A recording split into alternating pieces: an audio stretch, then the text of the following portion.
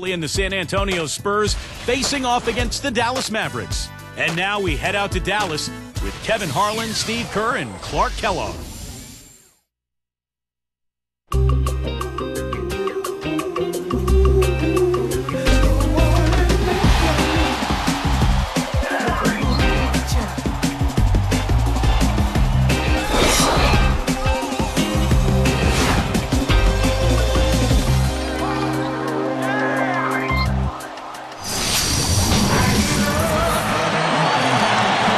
The San Antonio Spurs come into a Western Conference contest in this game. The NBA on 2K Sports. That is the place you want to be, and we're happy to have you with us on our broadcast today. Looking at the starting five for the San Antonio Spurs. Brought to you by State Farm. Jefferson, McDyess, and Duncan are the front court. Parker and Manu are the backcourt. And for the Mavericks, Dirk Nowitzki and Tyson Chandler in the middle. Jason Kidd is out there with Rudy Fernandez. And it's Butler in at the three, the small forward. Well, guys, it was the best start in franchise history for the Spurs last season. They got to 40 wins before the end of January. That was a team first, and finished with the second best record in the league, 61 wins.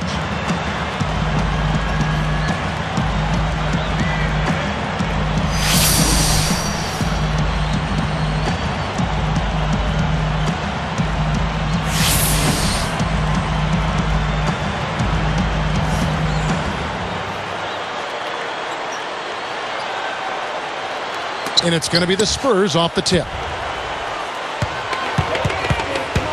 From about 19 feet, drained for 2 points. Parker's got the game going with his first points of the game for the Spurs.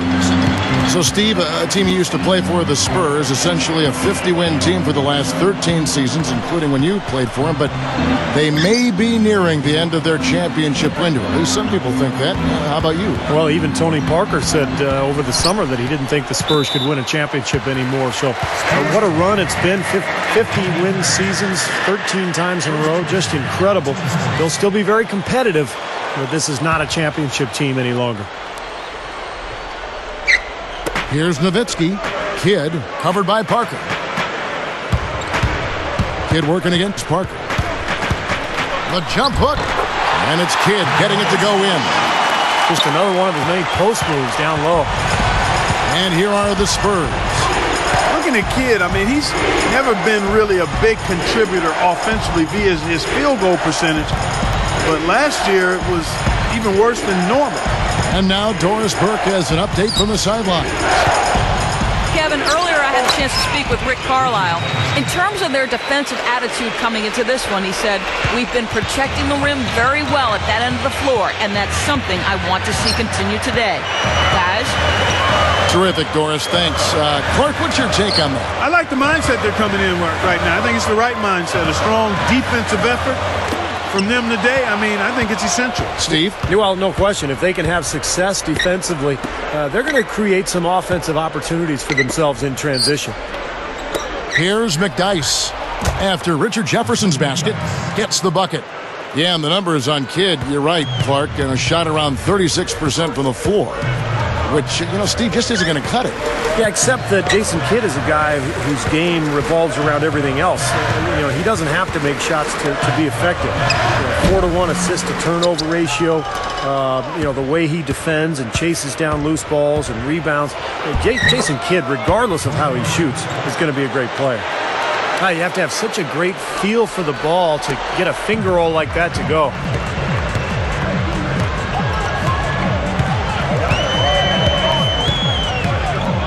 There's the dish to Nowitzki. Back to Kidd.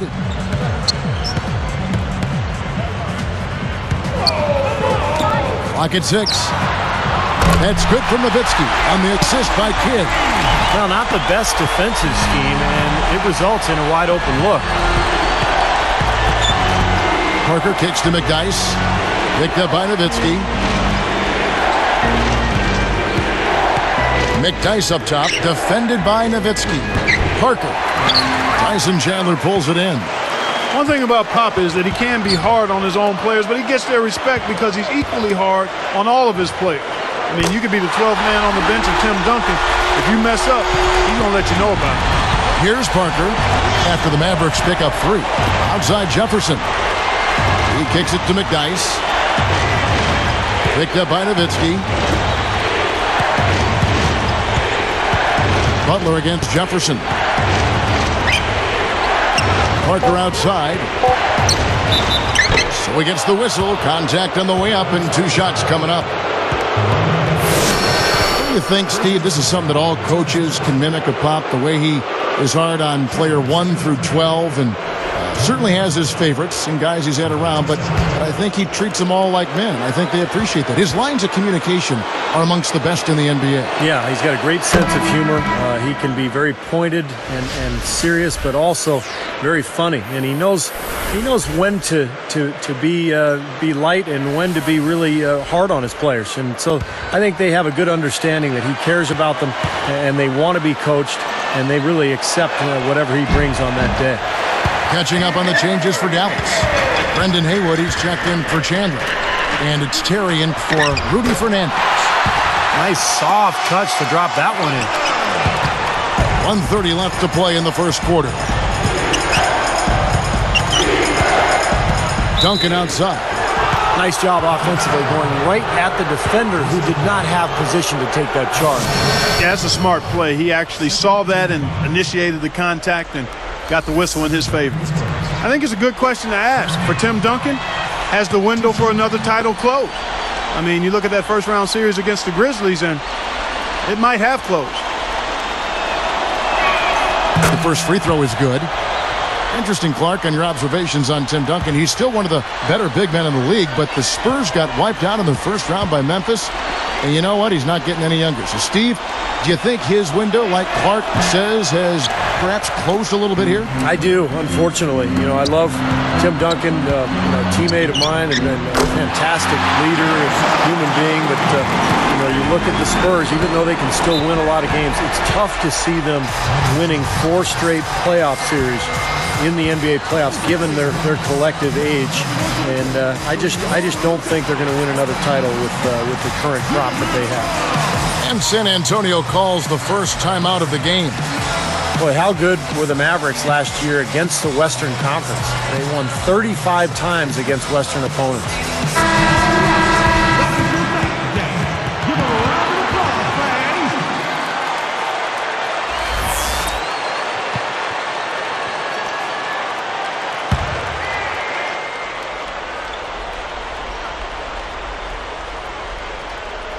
Here's Ginobili, still looking to get on the scoreboard with the fadeaway. Gets it to go. It's all knotted up. Going back now to the Mavs, they didn't win the division, Clark, but they nabbed the 3 seed in the playoffs. And that played a nice part of it.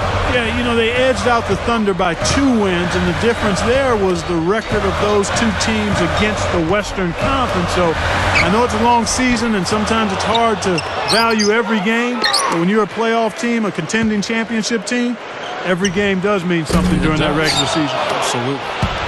2-for-1 chance here. Yeah, let's see if they use the clock to their advantage. Parker against Kidd. Splitter dishes to Duncan. Gets it to go. He had his head up and was looking to make that pass all the way. You love that unselfishness. And so here is Dallas, trailing by 2. Haywood backing down. Gathers. Duncan with the block. Splitter with the ball. Ginobili with the ball. Well, it's been a high-scoring competitive game through the first quarter of play. Spurs lead by 2. Just the start they wanted to this game. Solid offense. They got good ball movement. Established a nice rhythm. Yeah, not stagnant at all. Free-flowing and fluid at the offensive end. And we'll return momentarily.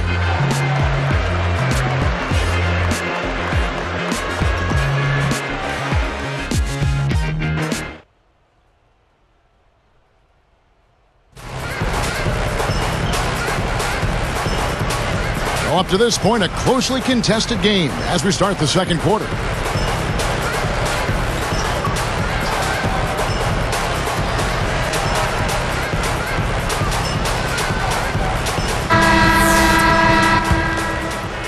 Here is Mariah.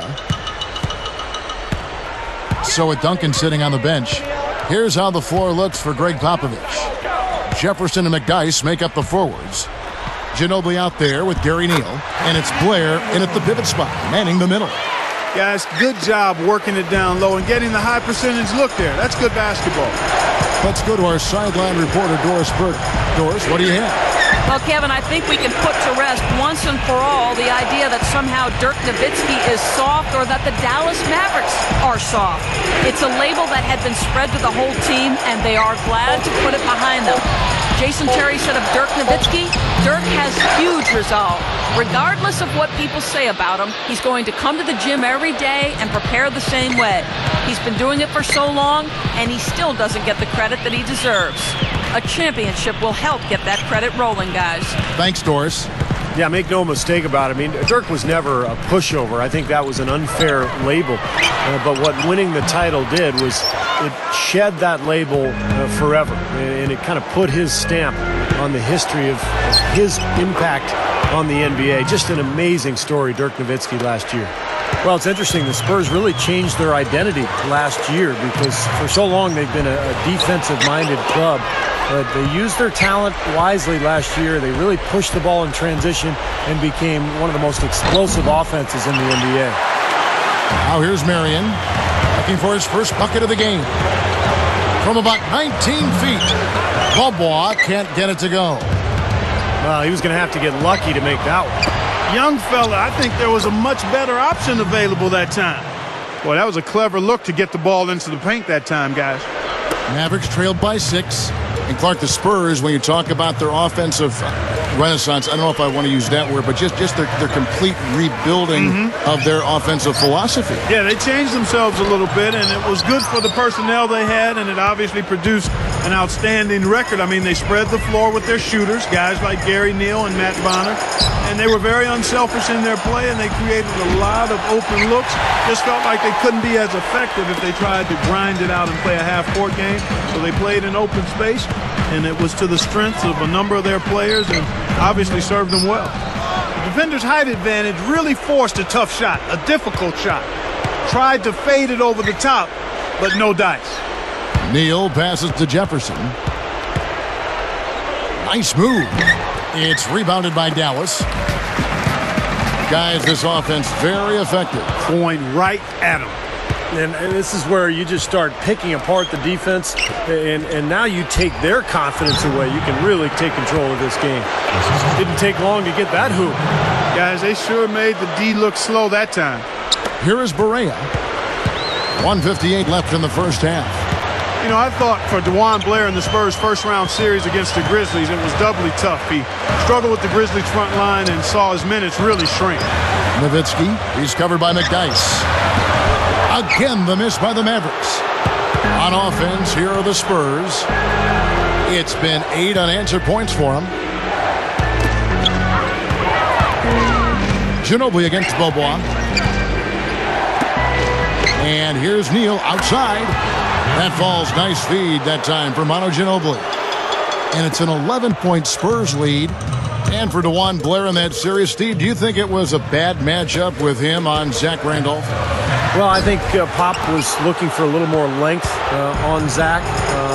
So he went with Splitter and Duncan. And I think also San Antonio needed scoring. And they struggled to score against Memphis, so they went to Matt Bonner for the shooting range. But remember, Blair had an excellent regular season. It was surprising to see the fact that he was really relegated to the bench during that series. Foul call that time on the way up. That'll give him 2 chances at the free throw line here. Dirk Nowitzki picks up that one. And Richard Jefferson coming off of a year last season where he started out strong, but he really didn't keep up the pace, and his consistency slipped as the season went on. And the Mavericks with some changes. Tyson Chandler, who's checked in for Hayward.